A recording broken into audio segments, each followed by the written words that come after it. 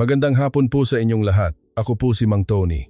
Ikinagagalak ko kayong makasama muli sa espesyal na edisyon ng Profile ng Timog Silangang Asya ngayong araw. At ako naman po si Aling Nena. Narito kami upang ilantad ang likod ng mga kurtina ng diplomasya at ibunyag ang katotohanan na ayaw ipaalam ni Xi Jinping at ng kanyang mga alipores sa mundo. Tama ka, Mang Tony. Ngayong araw, pag-uusapan natin ang relasyong US-Pilipinas na nakatayo sa bingit ng kooperasyon o ng matinding tensyon. Ngayong gabi, oras ng Pilipinas, formal nalilipad sa Amerika si Pangulong Santos para sa isang napakahalagang summit. Ngunit mga kababayan, hindi ito basta-bastang ceremonial visit para sa simpleng pagkamayan o photo opportunity. Ito ay isang direktang pagtalon sa gitna ng apoy. Maniniwala ba kayo? May bulong-bulungan sa Washington na si Pangulong Trump ay nasa pinakamatinding galit na kailanman ay hindi pa nakita ng kanyang mga malalapit na opisyal. At ang direktang tatamaan ng bagyong ito ay si Pangulong Santos. Bakit ang usapan sana tungkol sa pagpigil sa ambisyon ng China sa Indo-Pacific at sa alyansa sa semiconductor ay biglang naging tensyon militar? Talaga bang pinipilit ni Pangulong Trump ang Pilipinas na magbuwis ng dugo sa kipot ng Hormuz? At ang pinakanakakagulat ngayon ay, sa ilalim ng napakatinding presyon, may lakas ng loob ba si Pangulong Santos na magsabi ng hindi? Ipagpapatuloy ba ng Pilipinas ang pagsunod sa ating konstitusyon ng kapayapaan o susuko tayo sa kagustuhan ni Trump para sa kanyang atensyon? Aling Nena, kakadating lang sa akin ang pinakahuling balita mula sa Washington. Mukhang mas malamig ang hangin doon kaysa sa ating inaakala. Totoo ba ang balita na pagkatapos magsimula ang pagpupulong, biglang lumapit si Pangulong Trump sa mesa na halos gibain na ito sa galit? Ang impormasyong iyan ay napakatumpak, Mang Tony. Ayon sa isang insider mula sa White House, agad na naglatag si Pangulong Trump ng mapa ng sitwasyon sa Iran nang walang pasubali. Sinasabing lumabas ang nakakagulat na pahayag. Hanggang kailan magtatago ang Pilipinas sa likod ng Amerika? Malinaw na ang karaniwang diplomatikong kagandahang asal ay wala na. Sa Amerika ngayon, hindi sinusuportahan ang operasyong militar sa Iran at maging ang direktor ng Counter-Terrorism Center ay nagpahayag ng kanyang pagbibitiw, isang abnormal na sitwasyon. Si Pangulong Trump ay napipilitan sa gitna ng kanyang administrasyon at ang kanyang galit ay ibinubuhos niya sa pinakapinagkakatiwalaang kaalyado, ang Pilipinas. Ano ba ang konkretong dahilan ng matinding galit ni Pangulong Trump? Pakiramdam ko, hindi lang ito simpleng galit sa Iran, kundi may mas malalim na krisis sa alyansa sa likod nito. Matatalim ang iyong obserbasyon. Sa katunayan, ang reaksyon ng mga kaalyado sa buong mundo sa panawagan ng Amerika na lumahok sa multinational force para sa seguridad ng kipot ng Hormuz ay lubhang malamig, halos nakakapanlumo. Ayon sa pinakahuling internal data, sa mahigit 60 kaalyado at kaibigan na nilapitan ng Amerika para sa partisipasyon, 30% lamang ang nangako ng tulong militar. Ibig sabihin, halos 70% ng mga kaalyado ang tahasang tumanggi o hindi sumang-ayon sa kahilingan ng Amerika. Para kay Pangulong Trump, galit na galit siya sa free rider problem na ito na sila ang gumagastos ng malaking halaga sa pagtatanggol sa ruta ng langis, ngunit ang mga bansang nakikinabang ay ayaw mag-ambag ng anumang panganib. Ang 70% na tumanggi ay isang nakakagulat na numero. Kasama rin dito ang mga pangunahing bansa sa Europa, tama? Bakit sila napakakonserbatibo? Ang mga bansang Europeo ay may matinding pagnanais na huwag nang palalain pa ang kaguluhan sa gitnang silangan. Higit sa lahat, matindi ang takot nilang madawit sa hindi mahuhula ang kilos ng administrasyong Trump. Ngunit para kay Pangulong Trump, wala siyang pakialam sa sitwasyon ng ibang bansa. Sa ilalim ng kanyang America First na pananaw, ang mga bansang hindi nagbubuwis ng dugo ay walang halaga bilang kaalyado. At ang pokus ng kanyang galit ay bumaling sa Pilipinas dahil ang Pilipinas ang isa sa mga bansang pinakanakasalalay sa krudo na dumadaan sa kipot ng Hormuz. Ang lohika niya ay 90% ng langis ng Pilipinas ay galing sa gitnang silangan. Kaya bakit Amerika lang ang nagtatanggol? Ito ay isang walang takas at walang awa na pagtuligsa na kailanman ay hindi pa nangyari. Sa ganitong sitwasyon, sa harap ni Pangulong Trump na nasa bingit ng pagbagsak, paano nag-react si Pangulong Santos? Bilang isang pinuno ng bansa, Inaakala kong tatakbo siya sa pagpapahayag ng pag-aaralan namin sa ilalim ng presyon ni Pangulong Trump. Ngunit ito ang pinakamalaking pagkabigla, Mang Tony. Tiningnan ni Pangulong Santos si Pangulong Trump sa mata at malinaw na sinabi, "Gagawin namin ang lahat sa loob ng balangkas ng batas ng Pilipinas at ng konstitusyon. Ngunit ang hindi namin kayang gawin ay hindi namin gagawin." Ibig sabihin, matigas niyang tinanggihan ang pagpapadala ng militar ng Pilipinas sa kipot ng Hormuz nang walang pag-urong. Tinanggihan niya ang pagpapadala ng tropa, ang sagot na ayaw marinig ng Amerika sa simula pa lang ng pagpupulong. Sinasabing ang mga opisyal ng Amerika na naroroon ay namutla sa narinig. Ano ang hitsura ni Pangulong Trump nang marinig niya ang mga salitang iyon? Nakakatakot isipin. At hindi nakakapagtaka kung bigla na lang niyang itinigil ang pagpupulong, tama? Sinasabing saglit na nanahimik si Pangulong Trump. Ngunit ang katahimikang iyon ang pinakanakakatakot na tanda ng bagyo. Sa mahinang boses, sinabi niya, "Kung ganoon, kailangan nating repasuhin ang kasunduan sa depensa ng Pilipinas. Matagal na iyon." Ngunit hindi umurong si Pangulong Santos. Sumagot siya, "Bilang isang bansa na may batas, hindi kami maaaring gumawa ng anumang lumalabag sa batas. Iyan ang dangal ng Pilipinas." At pinanatili niya ang diskusyon sa isang patag na antas. Kung ang nakaraang pinuno ng Pilipinas ay gumamit ng malabong sagot upang ipagpatuloy ang usapan at hahayaan ang mga burokrata na ayusin sa huli, si Pangulong Santos ay tuluyang tinalikuran ang Philippine Way na iyon ng pagtakas at pinili ang direktang pagharap. Gayunpaman, ano ang batayan ng Pilipinas para manatiling matigas ang tindig? Totoong may mga legal na paghihigpit, ngunit kung masisira ang relasyon sa Amerika, hindi ba ito ang gusto ng China? Nakikita ko na ang media sa Beijing na nagbabalita ng pagkakabiyak na ito bilang isang pagkakataon. Tama ka. Ang Global Times, ang propaganda arm ng Partido Komunista ng China, ay nagsimula ng magsulat ng mga artikulo na may mapanuksong pamagat na ang katapusan ng alyansang US-Pilipinas. Naghihintay sila na magkaroon ng pagkabangga ang Pilipinas at Amerika sa isyu ng kontribusyong militar at humina ang alyansa. Ngunit ang diskarte ni Pangulong Santos ay hindi lang simpleng pagtanggi. Nagpakita siya kay Trump ng detalyadong data na nagpapakita kung gaano kahigpit ang batas ng Pilipinas at kung gaano kahirap, halos imposibleng magpadala ng military personnel sa isang combat zone. Para makapagpadala ng military personnel, kailangan itong ideklara na non-combat zone. Ngunit sa kasalukuyang sitwasyon ng kipot ng Hormuz, ang igiit na ito ay isang non-combat zone ay pagtataksil sa mamamayan.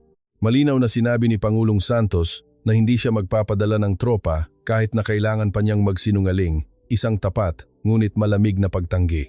Sa gitna ng pakiramdam ni Pangulong Trump na ipinagkanulo siya ng 70% ng kanyang mga kaalyado at ngayon ay tinanggihan pa ng Pilipinas, hindi ba ito isang mapanirang dagok sa diskarte ng diplomasya ng Amerika? Maaari nating sabihin na ito ay nakamamatay.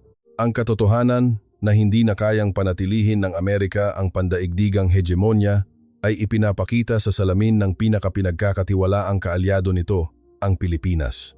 Ang galit ni Pangulong Trump ay hindi na lang nakatuon sa Pilipinas, kundi sa buong international order pagkatapos ng digmaan. Sinasabing sa gitna ng pagpupulong, paulit-ulit niyang hinihingi ang lubhang tahasang kahilingan, kung kaalyado kayo, magbuwis ng dugo. Kung ayaw ninyo, magbigay ng pera. Kung ano ang alternatibong handog ni Pangulong Santos o kung simpleng tinanggihan niya lang, iyon ang magiging susi sa susunod na mangyayari. Gayunpaman, Aling Nena, ang desisyong ito na tanggihan ang pagpapadala ng tropa ay tiyak na maghahati sa opinyon sa Pilipinas. Bakit kaya si Pangulong Santos, na kilala bilang isang konserbatibo, ay nagpumilit na huwag magpadala ng militar?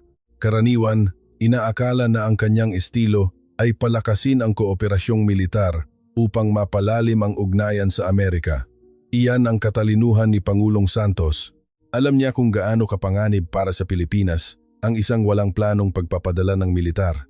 Kung ipadala ang military personnel sa kipot ng Hormuz nang walang sapat na legal na balangkas, at kahit isang putok lang ang marinig doon, agad nababagsak ang gobyerno ng Pilipinas. Sa halip na ipagsapalaran ang ganoong panganib, hinusgahan niyang mas kontrolado ang direktang pagharap sa galit ni Trump. Bukod pa rito, may isa pa siyang kalkulasyon. Dahil hindi siya makapag-ambag sa militar, naghanda siyang magbigay ng isang bagay na matindi ang pagnanais ni Pangulong Trump sa ibang lugar. Ibang lugar. Iyon ba ang konektado sa usapan natin kanina tungkol sa enerhiya at ekonomiya? Tama. Ngunit bago natin simulan ang pag-uusap tungkol sa konkretong nilalaman nito, kailangan nating mas detalyadong tingnan kung gaano kakakaiba ang pagpupulong na ito.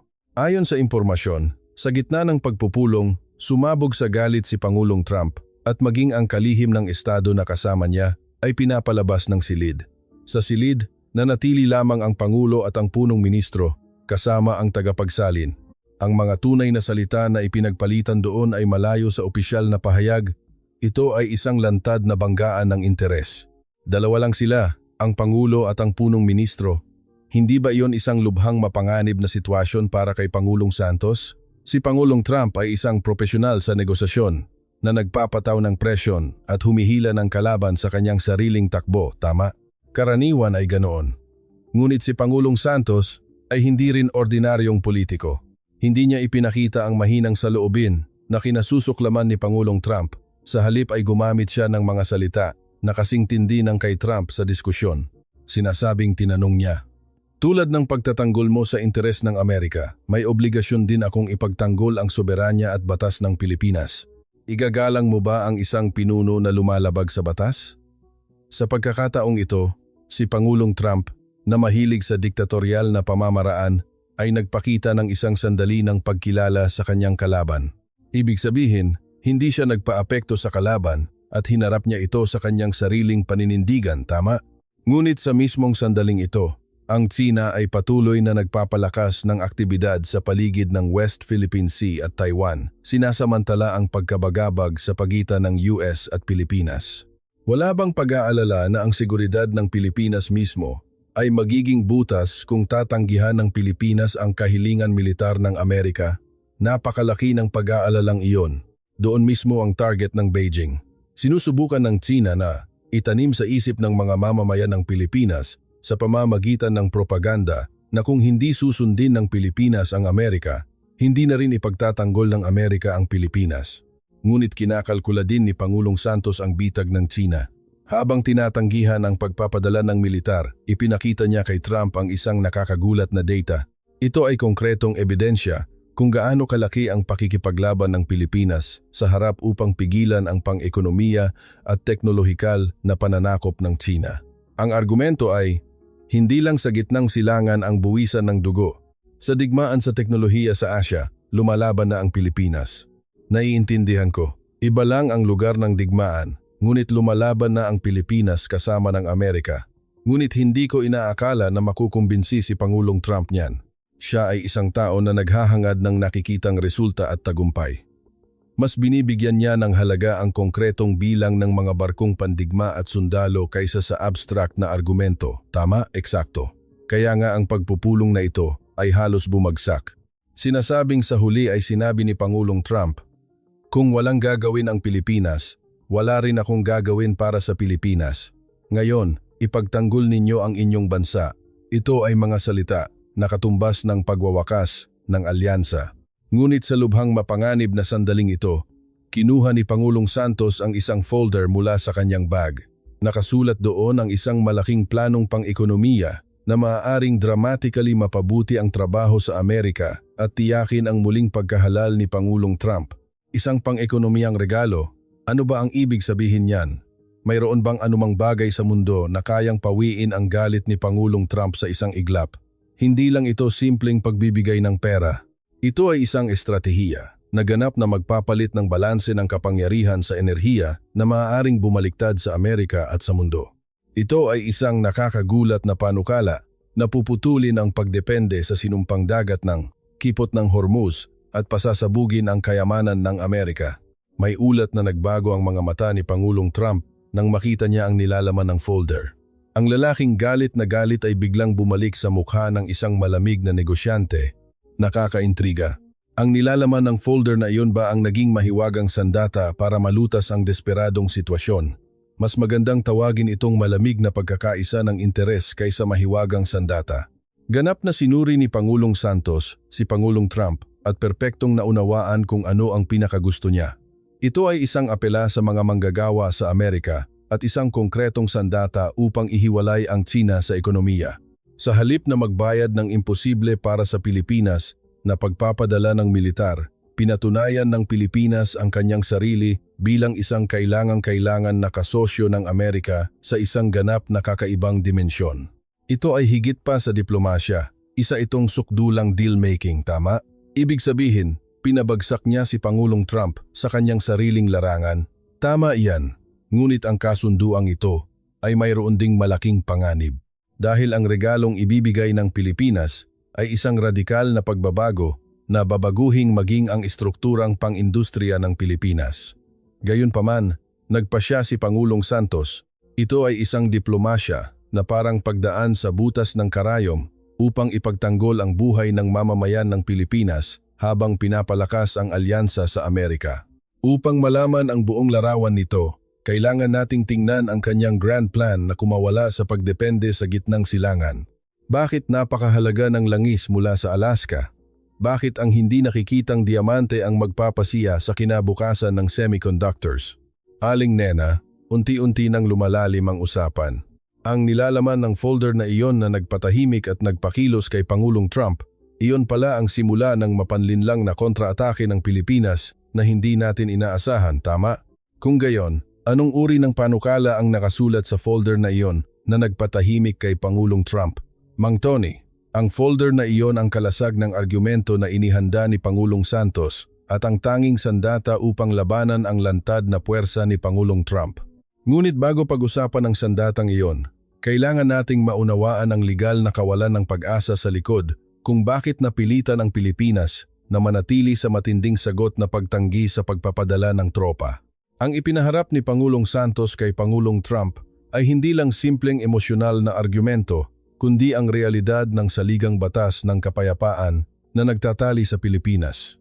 Hanggat naroon ang saligang batas na ito, gaano man kalaki ang krisis ng mga kaalyado, gaano man magliyab ang mundo, imposible, sa katunayan ay legal na pagpapakamatay ang pagpapadala ng military personnel sa combat zone.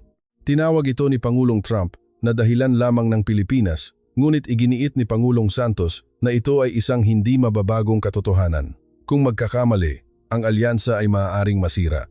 Lumaban siya sa bangin ng saligang batas. Legal na pagpapakamatay? Ibig sabihin, ganoon na lang ba kahigpit ang mga batas ng Pilipinas ngayon na naghihigpit sa kilos ng military personnel? Tama yan. Sa kasalukuyan, ang mental exercise o legal na simulasyon na lihim na ginagawa sa Malacanang at sa Kongreso ay nagpapakita ng nakakatakot na limitasyon. Ang pangunahing kondisyon para makapagpadala ang Pilipinas ng military personnel sa ibang bansa ay ang lugar na iyon ay dapat na non-combat zone. Ngunit Mang Tony, tingnan mo ang kipot ng Hormuz ngayon.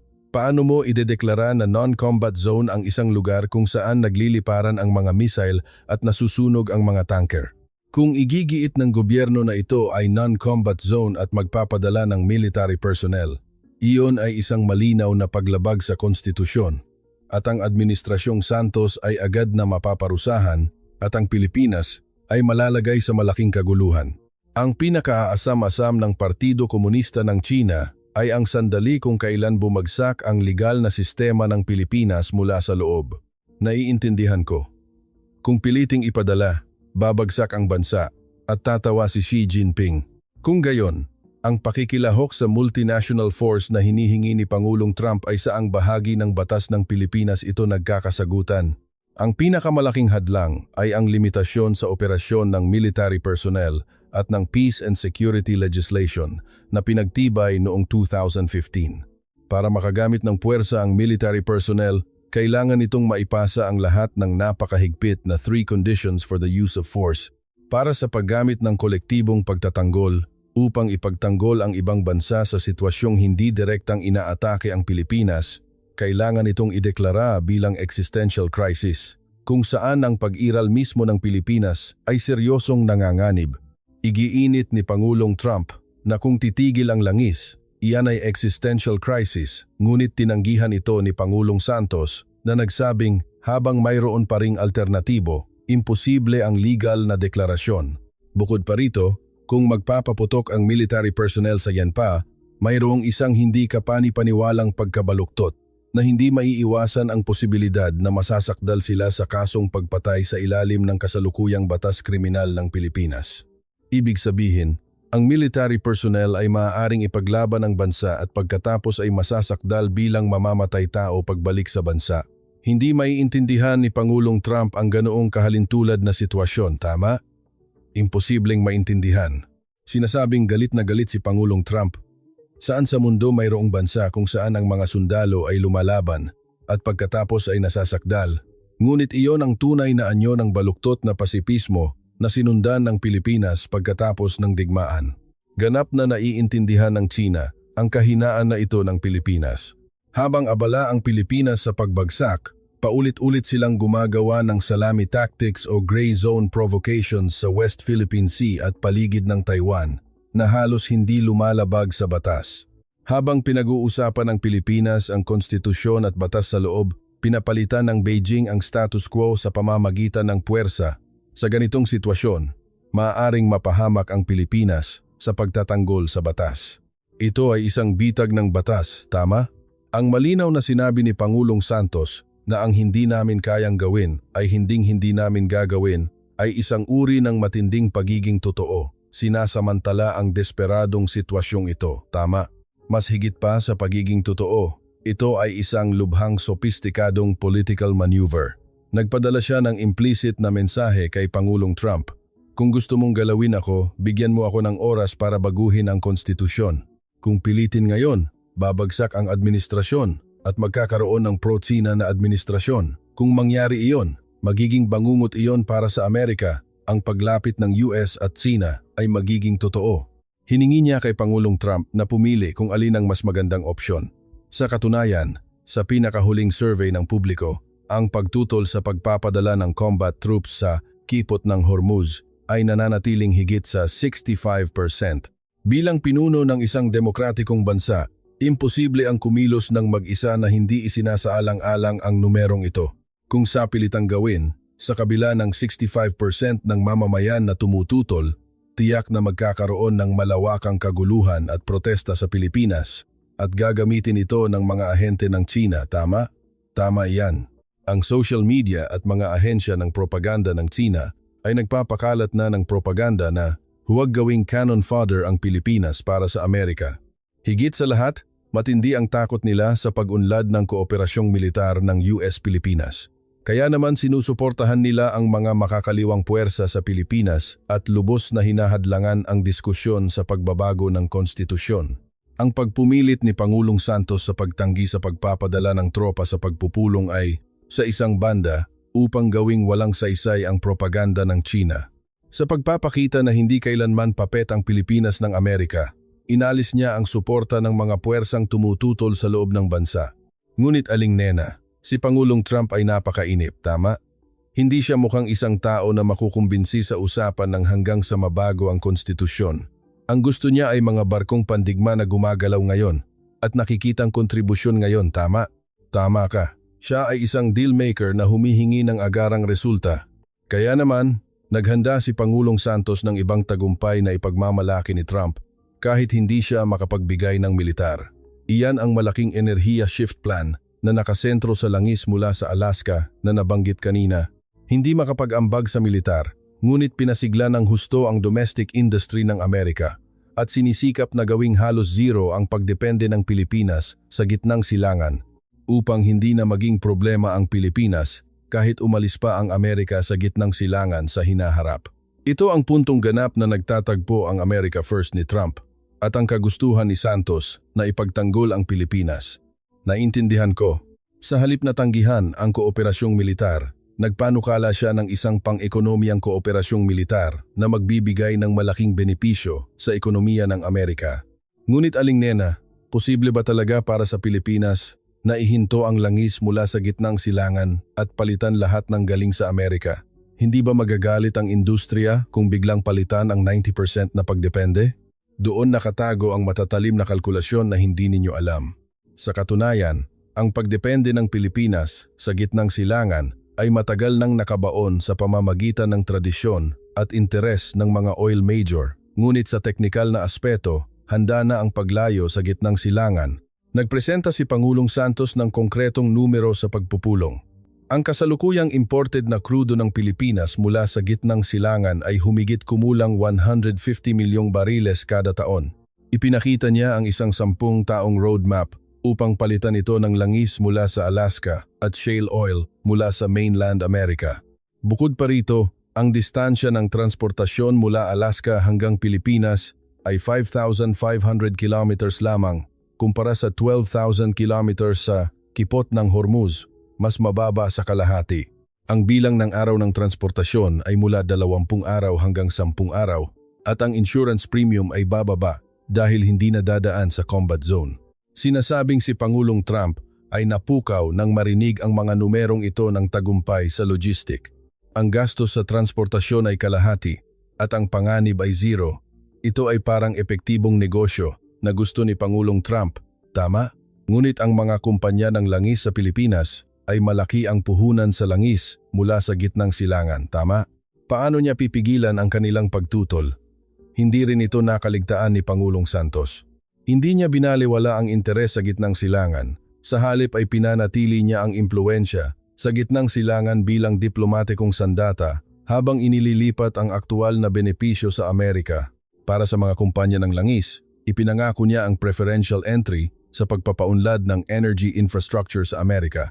Ito ay isang pagkakataon para sa revolusyonaryong pagbabago para sa industriya ng oil refining na nagiging isang sunset industry. Bukod pa rito, isinama ni Pangulong Santos sa deal ang isang teknolohiya na labis na kinatatakutan ni Xi Jinping. Ito ay isang sistema kung saan ang Pilipinas ay magpo-produce ng next generation strategic materials sa Pilipinas gamit ang murang enerhiya mula sa Amerika at ibibigay lamang ito sa Amerika. Ang teknolohiyang kinatatakutan ni Xi Jinping, ito ba ay konektado sa semiconductors? O ito ay isang ganap na bagong larangan na hindi pa natin alam? Ang pahiwatig ay artificial diamond. Sa tingin ba ninyo ay isang simpleng alahas lang ang artificial diamond? Sa katunayan, ito ang ultimate material para sa next generation semiconductors na kilala bilang power semiconductors. Sa kasalukuyan, ang nangunguna sa larangang ito ay ang Pilipinas.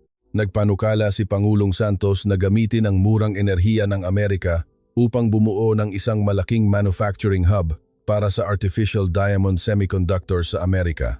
Ito ay pagbibigay ng divine technology ng Pilipinas na labis na gustong-gusto ng China ngunit hindi kailanman makukuha, eksklusibo lamang sa Amerika.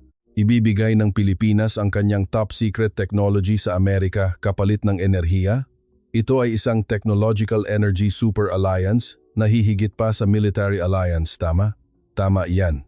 Sa panukalang ito, naniwala si Pangulong Trump na hindi magbibigay ng sundalo ang Pilipinas, ngunit ibinigay nila ang susi upang gawing teknolohikal na superpower ang Amerika sa ika-21 siglo.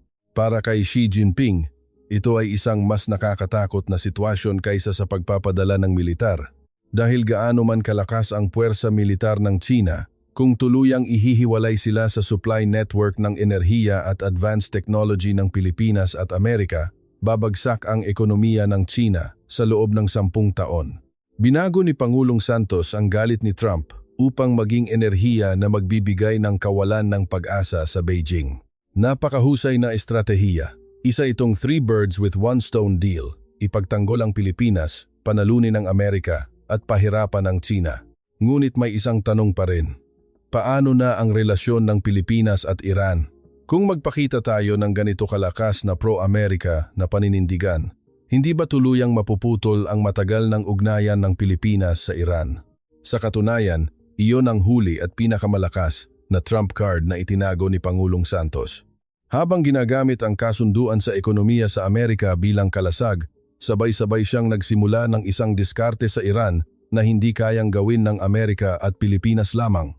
Ang solusyon sa problema sa Iran na hindi kayang lutasin ni Pangulong Trump kahit gaano pa kalakas ang kanyang puwersa militar ay hawak pala ng isang pro-Pilipinas na mahalagang personalidad na nanirahan pa sa Pilipinas.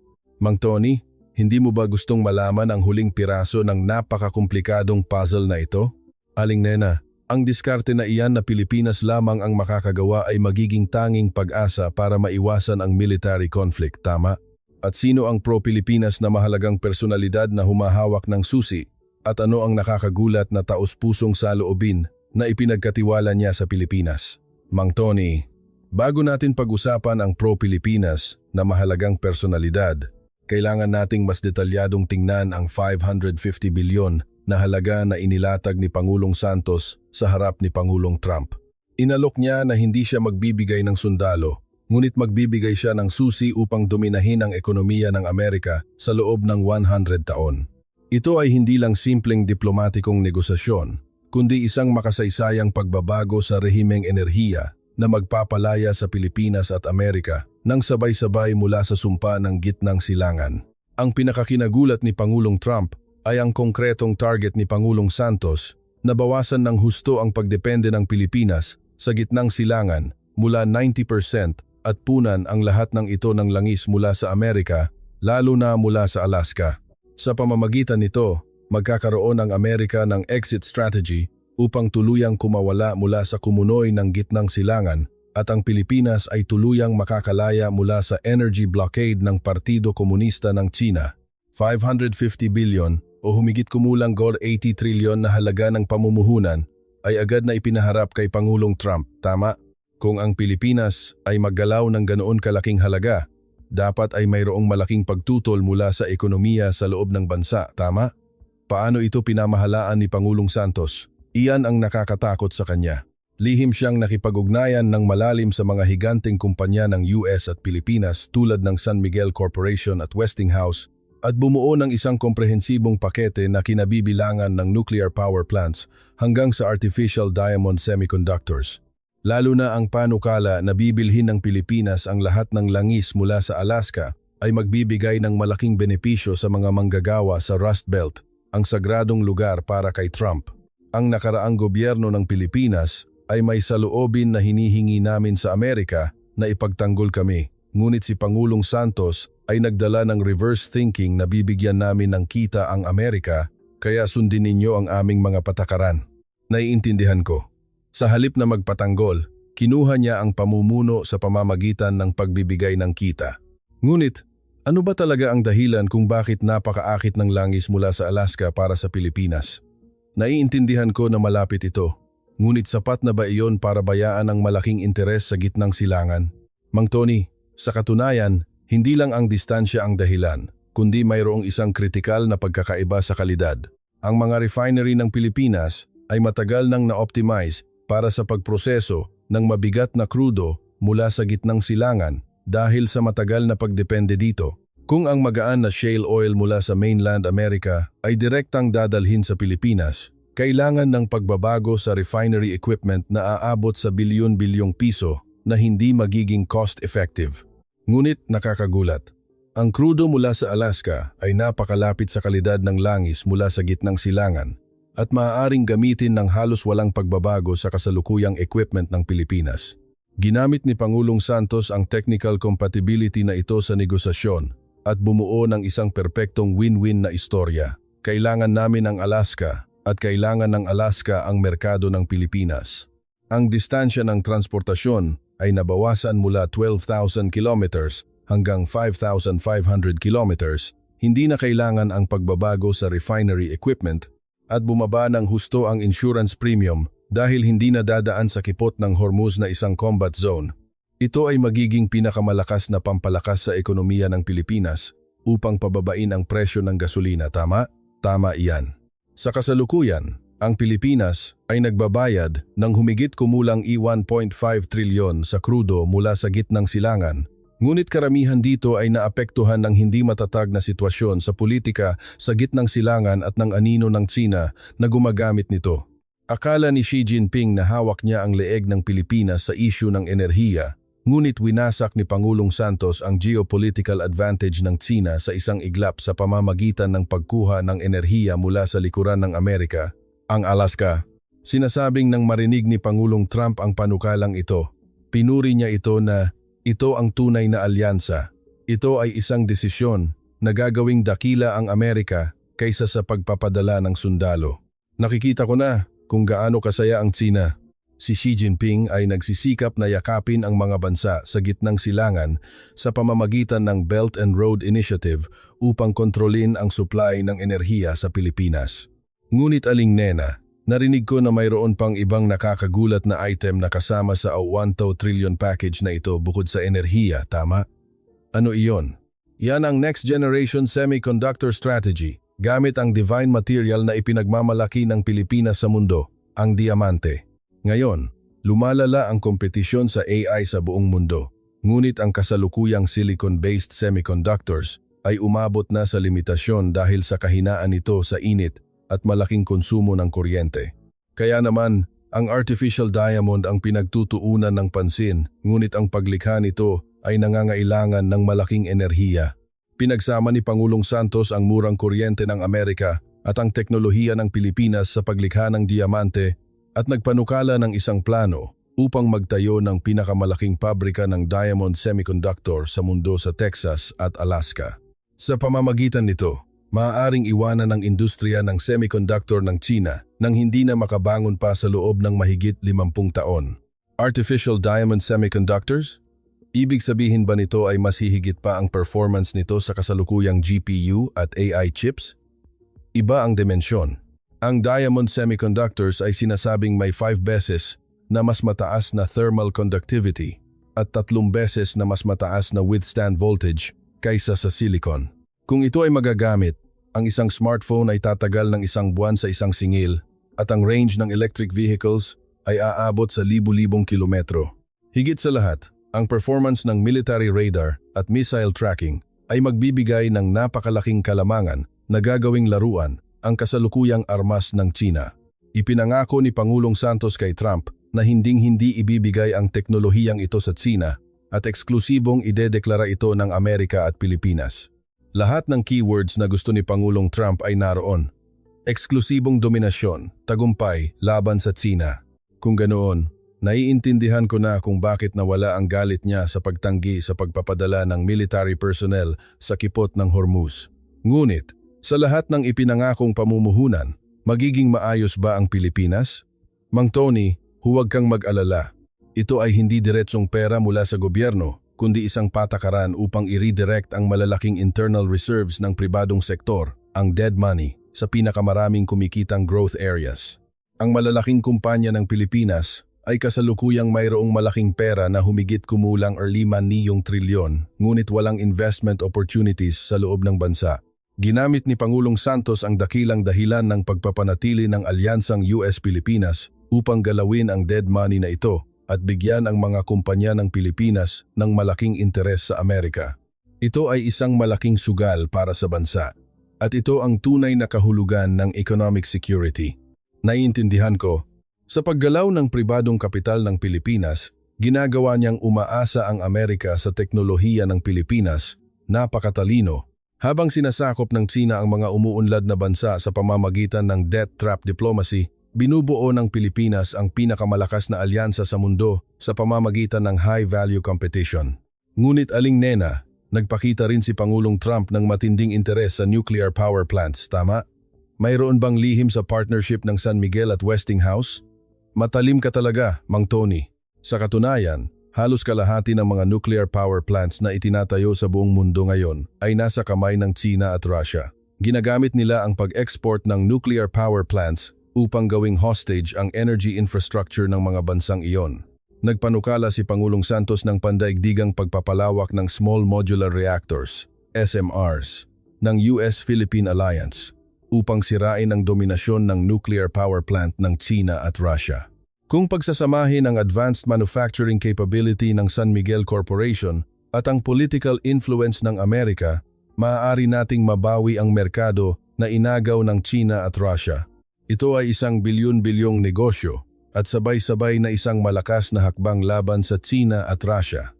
Nuclear power, semiconductors, langis, lahat ng ito ay pinagsama-sama sa isang package at ginawa ni Pangulong Trump na isang kasosyo o mas tamang sabihin ay isang co-owner, tama. Ngunit sa kabila ng lahat ng kasunduang ito, hindi pa rin nawawala ang tensyon sa kipot ng Hormuz. Hindi ba patuloy na pupunahin ng mga hardliner sa Amerika at ilang opisyal ng militar na hindi nagbuwis ng dugo ang Pilipinas? Tama iyan. Kaya naman, inilaan ni Pangulong Santos ang huli at pinakamahalagang diplomatic trump card para sa huli. Ito ay ang lihim na linya ng komunikasyon sa Iran na wala sa alinmang bansa, maging sa Amerika mismo. Gaano man kalakas ang puwersa militar ni Pangulong Trump, hindi niya kayang makuha ang tunay na saloobin ng liderato ng Iran. Ngunit ang Pilipinas ay mayroong asset na hindi mabibili ng pera, ang matagal ng binuong tiwala. Asset na hindi mabibili ng pera? Oo, ang Pilipinas at Iran ay nagpapanatili ng kanilang sariling diplomatikong ruta mula pa noong oil shock.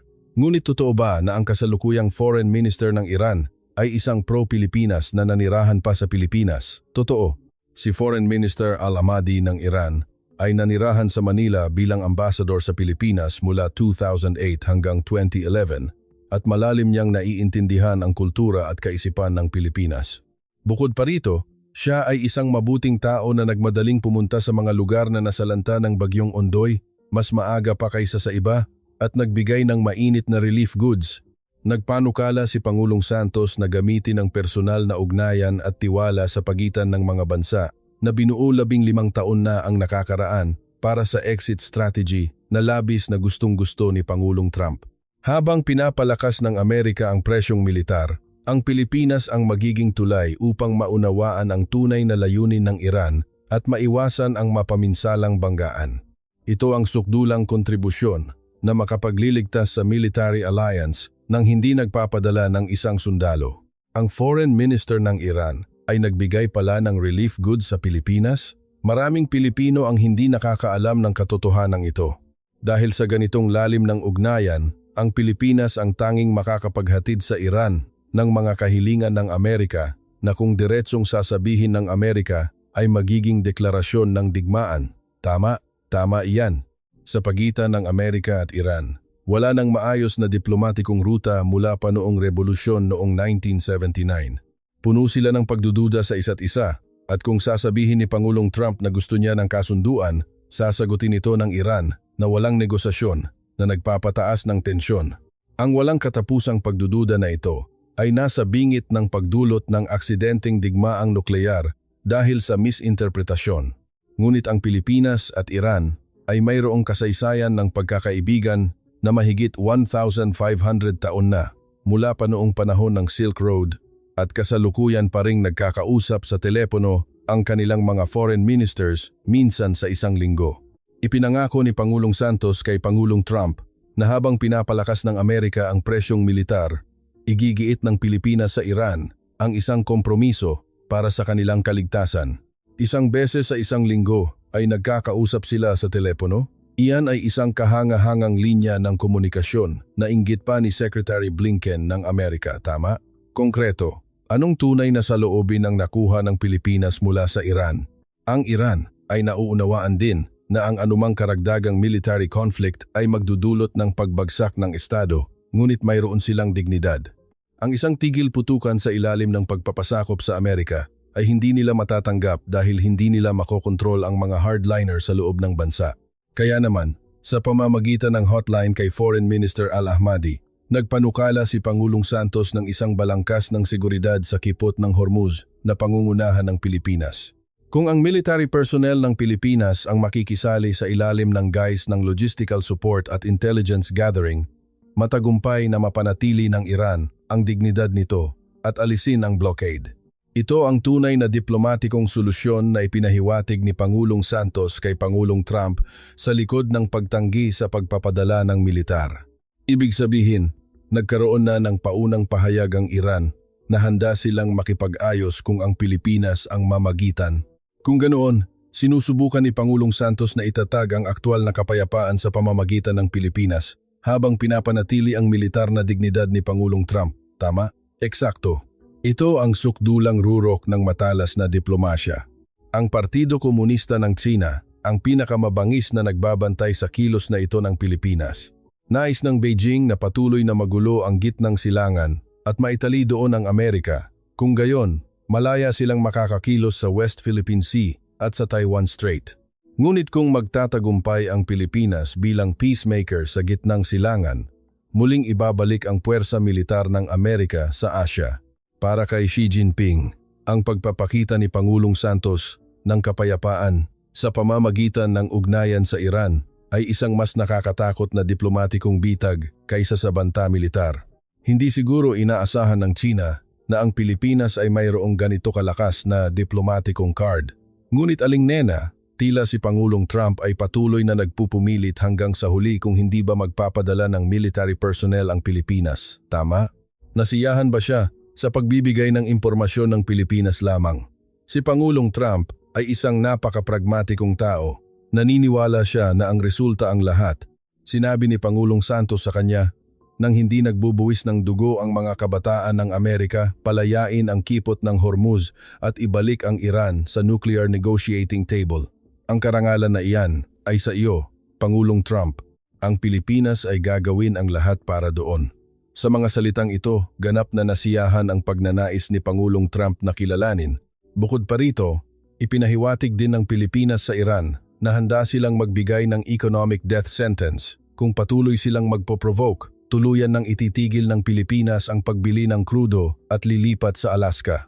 Ang economic strategy na paglipat sa Alaska ay gumagana rin bilang presyon sa Iran dito, tama? Hindi lang ito simpleng pagkakaibigan, kundi isang negosasyon na may malamig na economic sanctions na nakakalat sa likod, tama? Tama iyan. Ang diplomasya ay hindi na isang usapan lamang ng pagpapahayag ng pagkabahala tulad ng dati.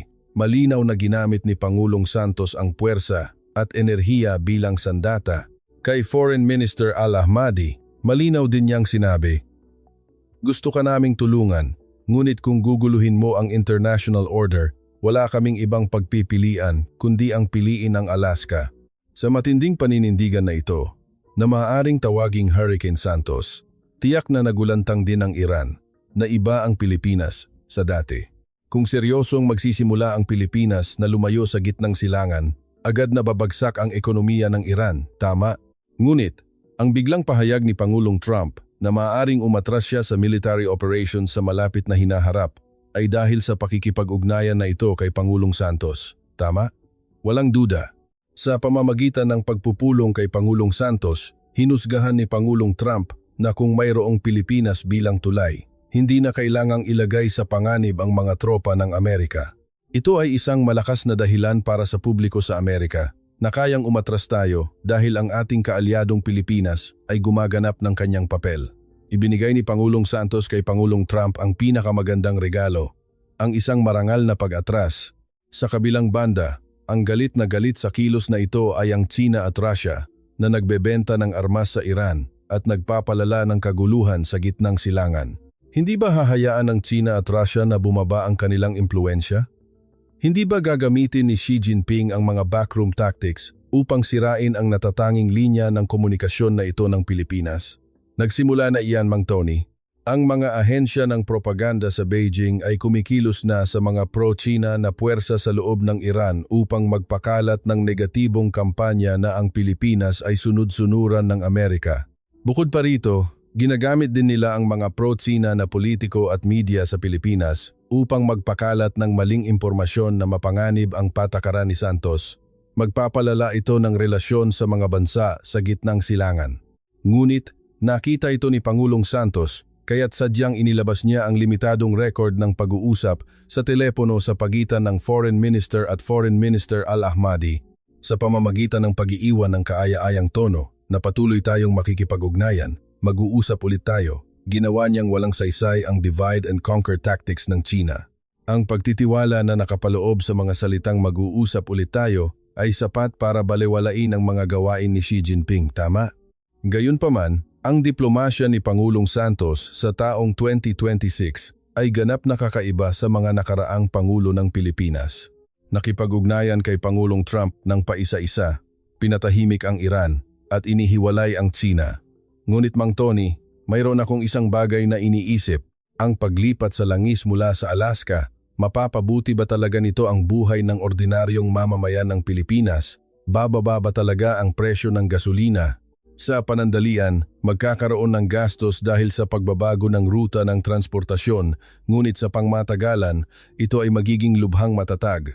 Higit sa lahat, hindi matatawaran ang benepisyo ng pagkalaya mula sa energy terrorism kung saan nagbabago ang presyo ng gasolina sa tuwing may nangyayari sa kipot ng Hormuz. Sa pakikipag-ugnayan kay Pangulong Trump, nagtagumpay din si Pangulong Santos na masecure ang ilang karapatan sa pagmimina ng shale oil sa Amerika para sa mga kumpanya ng Pilipinas.